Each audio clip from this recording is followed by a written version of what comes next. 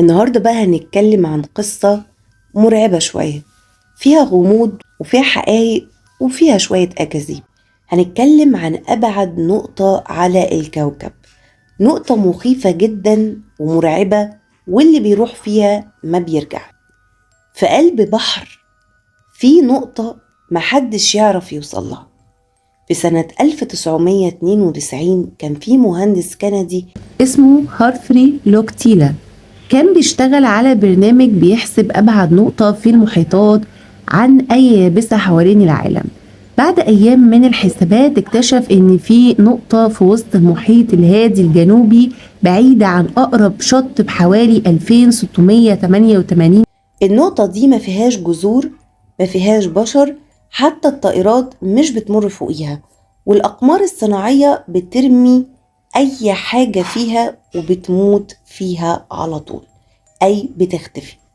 وناس كانوا بيسموها مقبرة الفضاء، أو باب الجحيم البحري، أو نقطة اللا عودة. وفي ناس أطلقوا عليها اسم نقطة نيمو، وبتبعد عن أقرب يابسة حوالي 2688 كيلو متر. يعني لو حصل لك حاجة هناك مفيش طيارة ولا سفينة هتلحقك. أقرب ناس ليها ممكن يكونوا رواد الفضاء في الفضاء الدولي. لو جينا نسأل ونقول ليه سموها نقطة نيمو، مش لأن اسم علمي أو حاجة، لا، لكن لأنه مستوحى من شخصية كابتن نيمو في رواية الكاتب جول فيرن، 20,000 فرسخ تحت البحر. كابتن نيمو كان بيعيش في غواصة اسمها نيوتيوس، دايما في أعماق البحر، منعزل عن العالم ورافض البشر. وده بالظبط نفس وصف النقطة دي، منعزل عن العالم ومفيش بشر حواليها. يعني الاسم مش اسم شخص حقيقي، لأ، لكن تم اختياره كرمز للعزلة والبحر الغويط والغموض، وكل ده بيركب بالظبط على اسم نقطة نيمو. وقبل ما يطلقوا الاسم ده عليها، كانت مجرد نقطة ميتة في قلب المحيط الهادي، نقطة مهجورة، أبعد مكان عن أي بشر، اللي يوصل لها مش لازم يرجع تاني. هنيجي نتكلم بقى عن الأحداث اللي حصلت في النقطة دي عبر الزمن. في سنة 1997 رصدت أجهزة أمريكية صوت غريب جاي من أعماق نقطة نيمو. الصوت كان ضخم جدا ومنخفض في نفس الوقت، كأنه زئير كائن مش طبيعي. ما كانش حوت ولا بركان ولا صدى أمواج. الصوت كان بيتحرك من نقطة لنقطة، لدرجة إن قالوا إن الصوت ده ما يخرجش من أي حاجة قليلة أبدا في الطول، أكيد طولها أكتر من 30. وكان في حاجة عملاقة بتهز البحر، وهي كأنها بتصحى في المحيط. الناس ساعتها افتكرت إن ده مش صوت، ده نداء أو صحيان لكائن غريب، وسموها وقتها، أو سموا الصوت ده بذا بلومب، إشارة من كائن نائم تحت المحيط. هنتكلم بقى عن تاني صوت اسمه كسولو، حارس الأعماق النائم. الكاتب اللي كتب عن القصة دي أو المعلومة دي اسمه لافاكرافت. في بداية القرن العشرين كتب قصة اسمها نداء كسولو.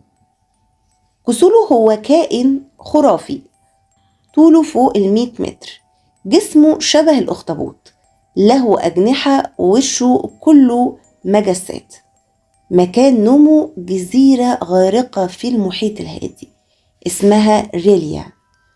تخيل كده معايا ان الجزيرة الخرافية دي موقعها حسب وصفه قريبة جدا من نقطة نيمو. لافاكرافت كتب ان كسوله نايم بس بيصحى كل فترة لو حصل اضطراب في المحيط، وده اللي خلانا نربط الموضوعين ببعض، البلوم والكسولو اللي كان كاتب عنه لافاكرافت من زمن كتير جدا.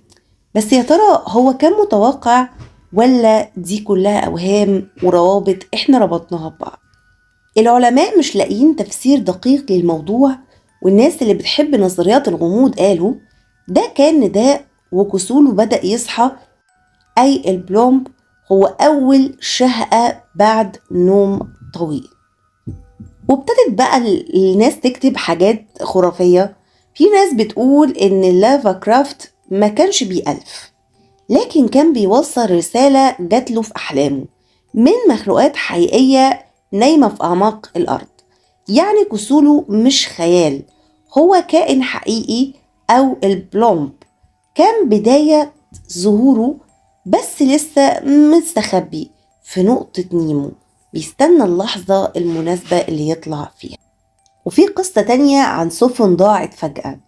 في أرشيف البحيرات القديمة في سفن اختفت بدون أي أثر. رصدوا إشارات راديو جاية من المنطقة، ولما راحوا يدوا ملقوش غير ضباب، ولما راحوا يدوروا ملقوش غير ضباب تقيل ومكان فاضي، ولا حطام ولا جثث ولا حتى خشب طاف فوق المية. ودي برضو كانت قصة غريبة جدا. شهادات الغواصين في سنة 2003، غواصين علميين راحوا قرب المنطقة بيقولوا إنهم سمعوا أصوات تحت المية زي همسات أو كأن في حد بيناديهم. رجعوا مرعوبين جدا ورفضوا ينزلوا هناك تاني. وفي حاجة برضو حابين نوضحها، إن في نفس الوقت كانوا بيسموا الوحش الكسولو هو الليفايثن. والليفايثن ده المفروض إن هو كائن أسطوري خاص بالجزيرة اللي اختفت وهي مدينة الأندلس.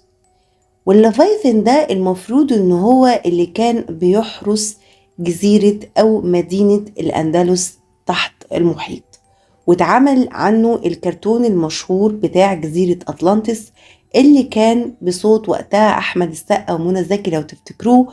وكان الليفايثن ده كائن أسطوري بيحمي مدينة الأندلس تحت المحيط. فهل ليه علاقة؟ برضو مش عارفين.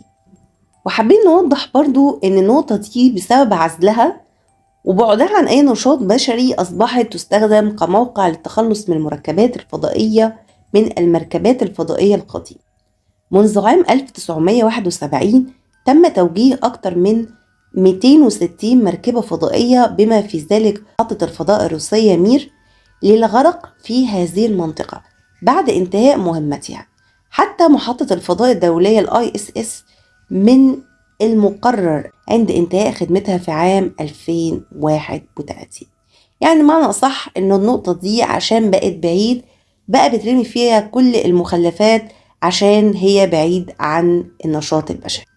لكن في نفس الوقت على الرغم من إن نقطة نيمو دي بعيدة شوية عن النشاط البشري، إلا إنهم لقوا حاجة غريبة جدا.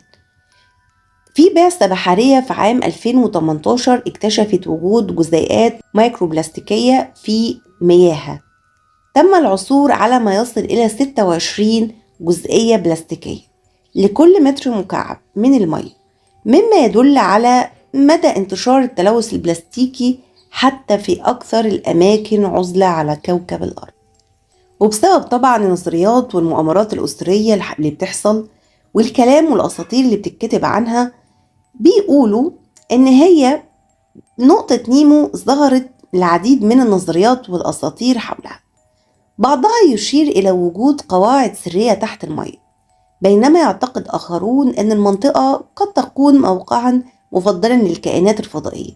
رغم عدم وجود أدلة علمية بتدعم هذه الادعاءات، إلا أن الغموض المحيط بالمنطقة يستمر في إثارة الخيال والفضول.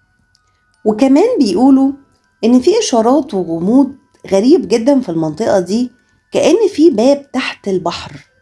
الباب ده ما يعرفوش بيطلع إيه أو ممكن يودينا لإيه. وهل فعلا نيمو هي باب جهنم ولا بوابة لعرش كائنات نايمة ما بتصحاش غير في المنطقة دي؟ الناس بدأت تتخيل هل فعلا الليفاكرافت كان بيحلم بحاجات حقيقية؟ هل كسولو كائن حقيقي نايم هناك في نقطة نيمو؟ هل البلوم كانت أول شهقة أو أول حاجة هو صوت أصدره لينا عشان نسمع ونعرف بوجوده؟ هل في حضارات تانية مختفية في المنطقة دي؟ هل في مخلوقات بتعيش في أعماق مفيش بشر يقدر يوصلها؟ كل اللي أنا عايز أقوله إن ربنا بيخلق ما لا نعلم. ربنا قادر على كل شيء. أكيد إحنا مش عايشين في العالم لوحدنا، وأكيد في أسرار لسه ما اكتشفناهاش. أكيد ربنا مش عايزنا نكتشفها، وإلا لو اكتشفناها ممكن العالم يتغير ويبقى أبشع بكتير. عشان كده دايما نقول إن ربنا قادر على كل شيء. يمكن في حاجات كتير، المحيط ليه أسرار كتير جدا، وإن شاء الله هنكمل كمان القصة بتاعتنا عن المحيط الهادي والأطلسي والهندي، وهنعرف أهم النقط اللي فيه وأهم القصص المرعبة اللي فيه. بحبكم جدا، ما تنسوش لايك، تشتركوا في القناة عشان يوصلكم كل جديد. مع السلامة.